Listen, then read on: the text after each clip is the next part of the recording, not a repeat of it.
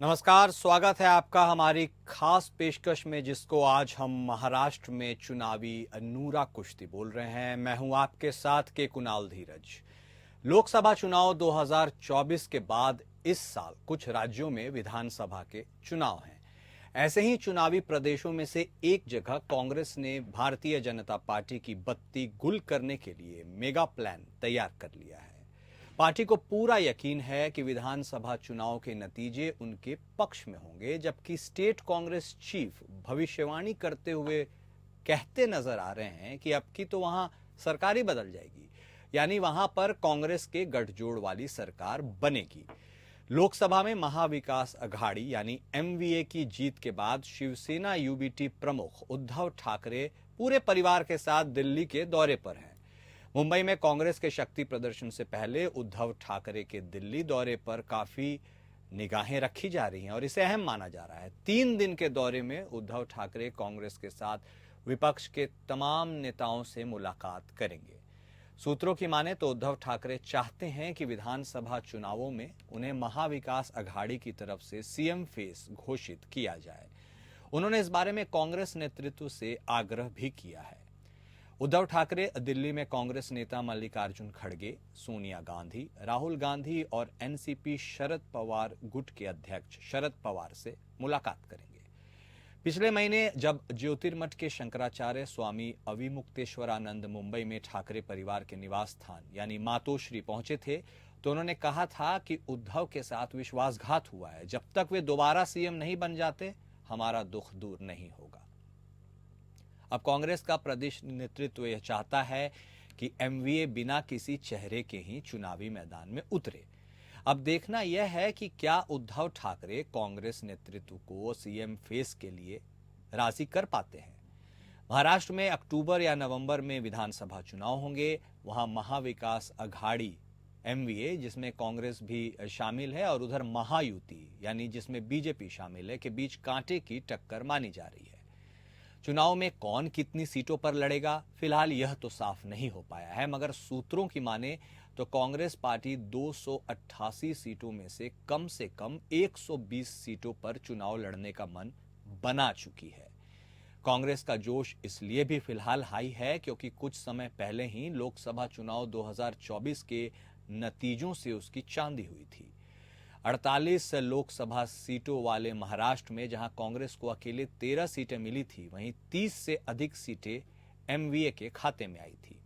ऐसे में पार्टी विधानसभा चुनाव में भी कुछ ऐसा ही रिजल्ट दोहराना चाहेगी। कांग्रेस नेताओं और कार्यकर्ताओं से पार्टी की राज्यसभा सांसद सोनिया गांधी पहले ही कह चुकी है कि फिलहाल जमीन पर जो माहौल है वह उनकी पार्टी के पक्ष में नजर आ रहा है। कांग्रेस महाराष्ट्र में 20 अगस्त को राजीव गांधी के जन्मदिन पर चुनावी कैंपेन का आगाज कर सकती है। पार्टी के महासचिव रमेश चेन्निथला ने भी इस बारे में प्रेस को सूचित किया। चेन्निथला बोले कि अभी तय नहीं हुआ है कि कौन कितनी सीटों पर लड़ेगा, मगर सियासी गलियारों में चर्चा है कि गठबंधन में खींचता न हो, इसलिए एमवीए में यह खास फैसला हुआ है। महाराष्ट्र चुनाव के पहले एमवीए में इस बात पर सहमति बनी है कि किसी भी नेता को मुख्यमंत्री के चेहरे के रूप में प्रोजेक्ट न किया जाए। न उद्धव ठाकरे सीएम फेस होंगे, न कोई और। राजनीतिक जानकारों और पार्टी के अंदर खाने के सूत्रों की माने तो महाराष्ट्र विधानसभा चुनाव 2024 में जिस दल की सबसे अधिक सीटें आएंगी, उसी के नेता को सीएम पद मिल सकता है। इस बीच महाराष्ट्र कांग्रेस अध्यक्ष नाना पटोले ने यह विश्वास जताया है कि राज्य के आगामी विधानसभा चुनावों के बाद राज्य में सरकार बदलना लगभग तय है।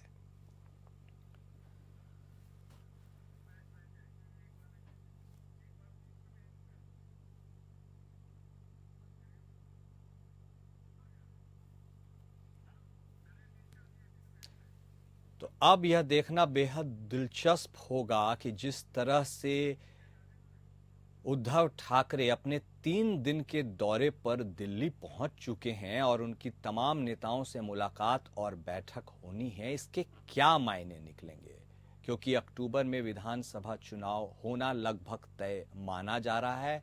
ऐसे में जिस तरह का प्रदर्शन लोकसभा में एमवीए का रहा है, उसमें कौन कितनी सीटें डिमांड करता है, और सबसे बड़ा पेंच तो सीएम के फेस पर ही फंसा हुआ है।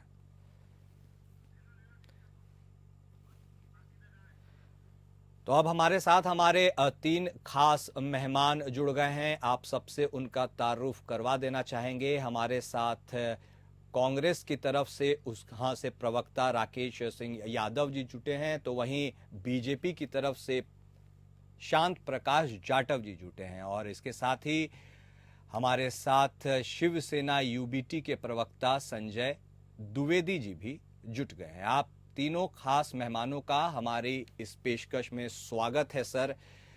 सबसे पहले तो यादव साहब आप ही के पास आएंगे, क्योंकि सबसे ज्यादा चर्चा तो अभी कांग्रेस की ही हो रही है, और जिस तरह से लोकसभा चुनाव में आपने 13 सीट अपने खाते में लिया है, सबसे ज्यादा जोश तो आपका ही है।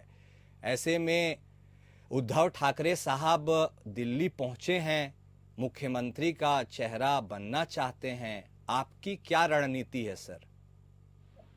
देखिए, कांग्रेस ने जो महाराष्ट्र में प्रदर्शन किया है वो सभी जो सहयोगी दल थे हमारे, उनके साथ मिलकर किया है। ठीक है। तो सभी सहयोगी दलों का सम्मान हम उसी रूप में करते हैं जिस तरीके से कांग्रेस के जीते हुए उम्मीदवार का करते हैं, क्योंकि बिना सबके सहयोग से कांग्रेस में महाराष्ट्र में सत्ता परिवर्तन संभव नहीं था। अब उद्धव ठाकरे जी दिल्ली पहुंचे हैं, सारे विषयों पर चर्चा होगी। अन्य जो हमारे सहभागी हैं वो भी दिल्ली में हैं, उनसे भी चर्चा होगी। और लोकतंत्र में कभी भी पीएम का फेस या चेहरा घोषित नहीं किया जाता है। चुनाव के बाद ही चुने हुए विधायक मुख्यमंत्री को तय करते हैं। यही परंपरा रही है हमारे देश के लोकतंत्र। तो मतलब यह माना जाए ना कि सीएम फेस का प्रोजेक्शन आप नहीं करेंगे जब तक नतीजे नहीं आ जाए। देखिए, मैं जरा सा कंप्लीट कर दूं जी। भारतीय जनता पार्टी में ये परंपरा है कि आपने लोकसभा चुनाव देखे होंगे, घोषित पीएम थे, उनकी सीटें कितनी कम हो गई। तो यहाँ किसी की गारंटी नहीं चलती है। देश की जनता बहुत समझदार है, वो ये देखती है कि किसने क्या काम किया है। भारतीय जनता पार्टी ने जो पिछले दरवाजे से सरकार बनाई है, उनके जो मुख्यमंत्री अभी वर्तमान में बने हुए हैं, ये तो किसी को नहीं पता था कि वो मुख्यमंत्री बनेंगे। यहाँ तो भारतीय जनता पार्टी को नहीं पता था, और आज भी भारतीय जनता पार्टी को ये नहीं पता है कि उनका मुख्यमंत्री का चेहरा कौन होगा, जबकि वो तो घोषित करके लड़ते हैं चुनाव बहुत जगह। ठीक है। तो ये विविधताएं भारतीय जनता पार्टी में है कि वो मौका परस्त पार्टी है। जब भी मौका देखती है सत्ता हासिल करने के लिए, तो किसी को भी खरीदो बेचो करके किसी को बना देते हैं। उनका कोई न चेहरा है न चरित्र है। लेकिन ये जो कांग्रेस का गठबंधन है, ये इस चेहरे चरित्र पे नहीं चलता है। ये जनता के मतों के आधार पर चलता है। जितनी सीटें जो लोग जीतेंगे, फिर चुने हुए विधायक जो तय करेंगे, वो सीएम का फेस होगा, सबकी सहमति से होगा, किसी भी एक व्यक्ति की सहमति से नहीं होगा। संजय द्विवेदी साहब, साफ तौर पर सुना आपने अपने सहयोगी को कि अभी कम से कम विधानसभा चुनाव के लिए इंतजार कर लेना ठीक होगा, और जनमत से यानी सर्वसम्मति से यह फैसला होगा कि कौन मुख्यमंत्री का फेस होगा। आप इतने बेकरार क्यों हैं सर? 3 दिन के लिए दिल्ली दौरे पर आपके नेता पहुंचे हैं। सीएम बनना ही सब कुछ थोड़ी होता है, सरकार चलाना, सरकार में भागीदारी भी बहुत कुछ होता है। कुणाल जी, मैं क्या बता दें आपसे, जब 2019 में हमारा गठबंधन बना था, किसी को नहीं पता था कौन मुख्यमंत्री बनेगा। उद्धव ठाकरे जी मुख्यमंत्री बने, 2.5 साल सरकार चली, लेकिन ना एनसीपी ने तोड़ी ना कांग्रेस ने तोड़ी, सरकार तोड़ी भारतीय जनता पार्टी ने। ऐसा में नई सरकार बनाई उन्होंने। तो इसका कोई मतलब नहीं है कि कौन सीएम बने कौन नहीं बनेगा। हमारा मेन जो लक्ष्य है हमारे गठबंधन का, कि हम जो महाराष्ट्र में हमारे प्रोजेक्ट वापस जा रहे हैं, जो झूठे वादे किए जा रहे हैं प्रदेश में, उन वादों को तोड़कर हम सही ढंग से सरकार चलाए और सही ढंग से सरकार बनाए, जिसमें किसान, गरीब, ग्रामीण, किसान सबका सहभागी हो, सबको मिले।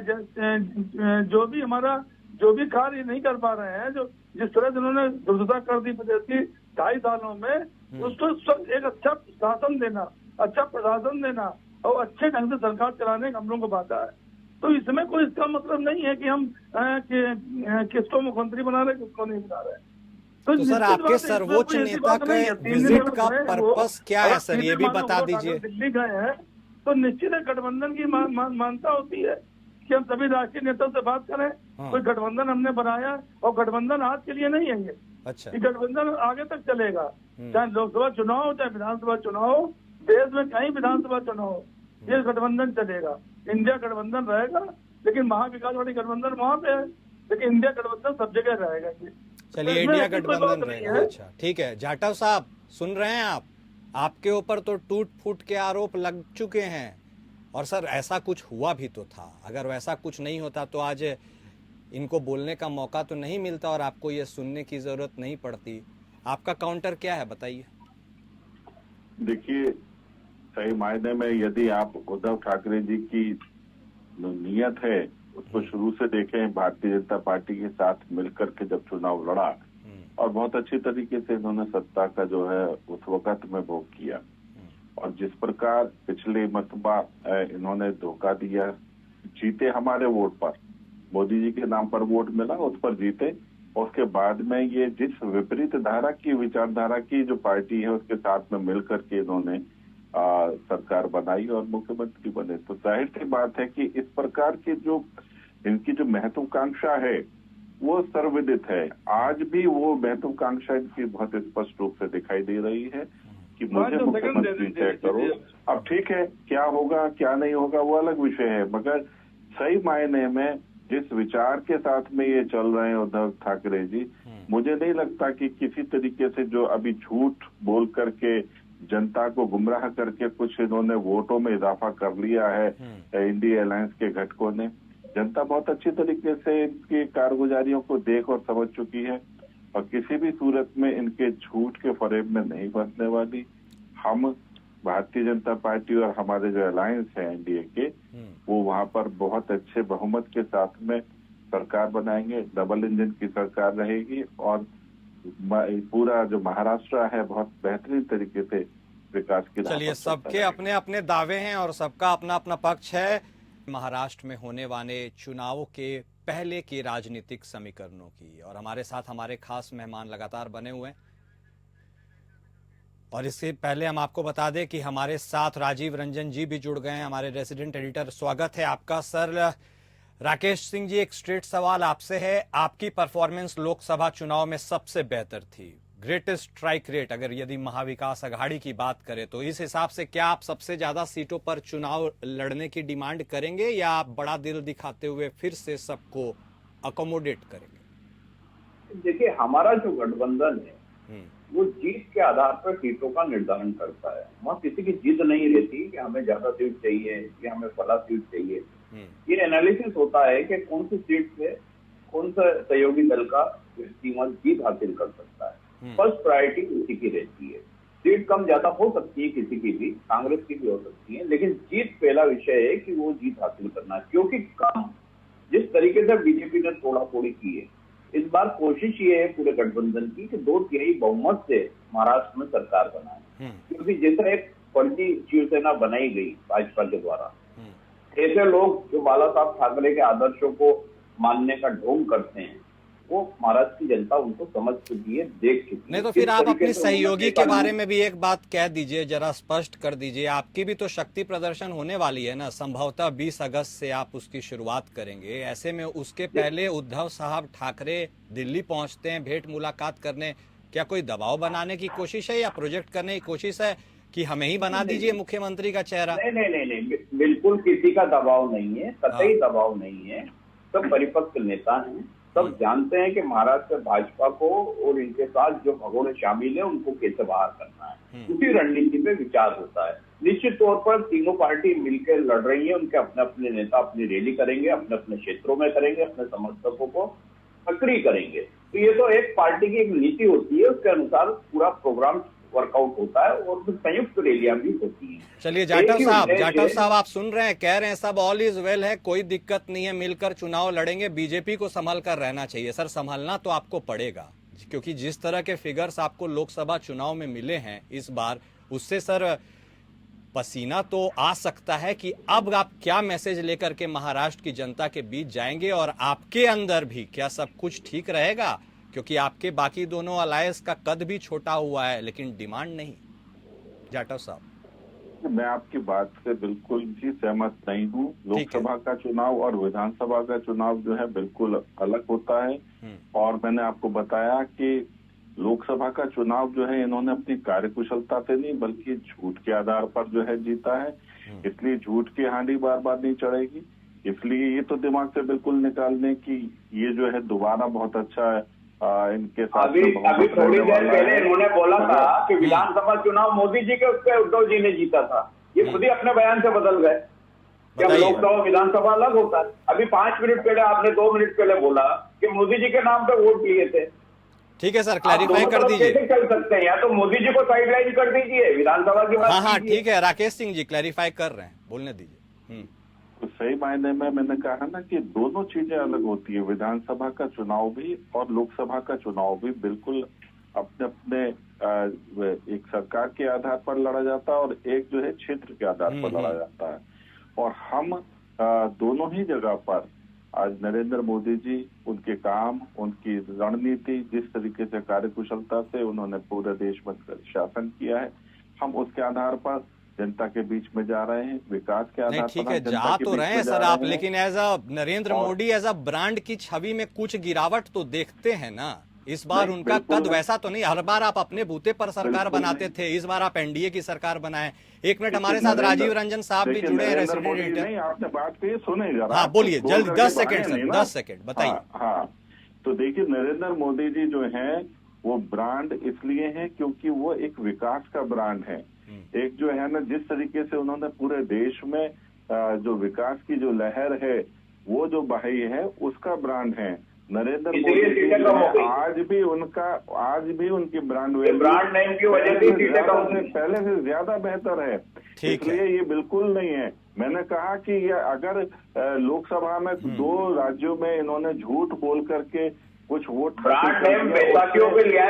नहीं, ठीक है सर, वो ब्रांड वैल्यू के साथ स्टिक कर रहे हैं और अब बात कर रहे हैं कि जनता के साथ कैसे ये बात होगी। आएंगे सर, आपके पास आएंगे। 1 मिनट मौका दीजिए राजीव रंजन साहब। आप भी सुन रहे हैं तमाम बातों को और सारे समीकरणों को आप भी बेहतर तरीके से देख रहे हैं। आपको ग्राउंड पर स्थिति क्या लगती है?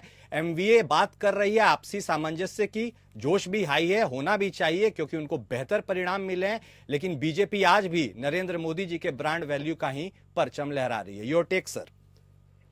देखिए कुणाल, साफ है कि जिस तरीके से महाविकास अघाड़ी ये चाहती जरूर है कि पूरी तरह दमखम लगा दे और बीजेपी की सरकार न बनने दें, और अपनी इस बात को लेकर वो अडिग है, लेकिन सामंजस्य नहीं दिखता है। मतलब तीनों दलों में कोई सामंजस्य नहीं दिखता है। शक्ति प्रदर्शन की बात है, अभी तक मुख्यमंत्री का चेहरा कौन होगा इस बात पर नहीं तय बात हो चुकी है, लेकिन अलग है कि अलग अलग पार्टियां हैं और अलग अलग उनके विचार हैं। लेकिन उनके मन में ये जरूर है कि इस बार यानी बीजेपी और उसके सहयोगी पार्टियों को सरकार में नहीं आने देने की बात कर रहे हैं। दूसरी बात, जैसे बीजेपी के प्रवक्ता ने साफ साफ कहा है कि लोकसभा का चुनाव और विधानसभा का चुनाव अलग होता है।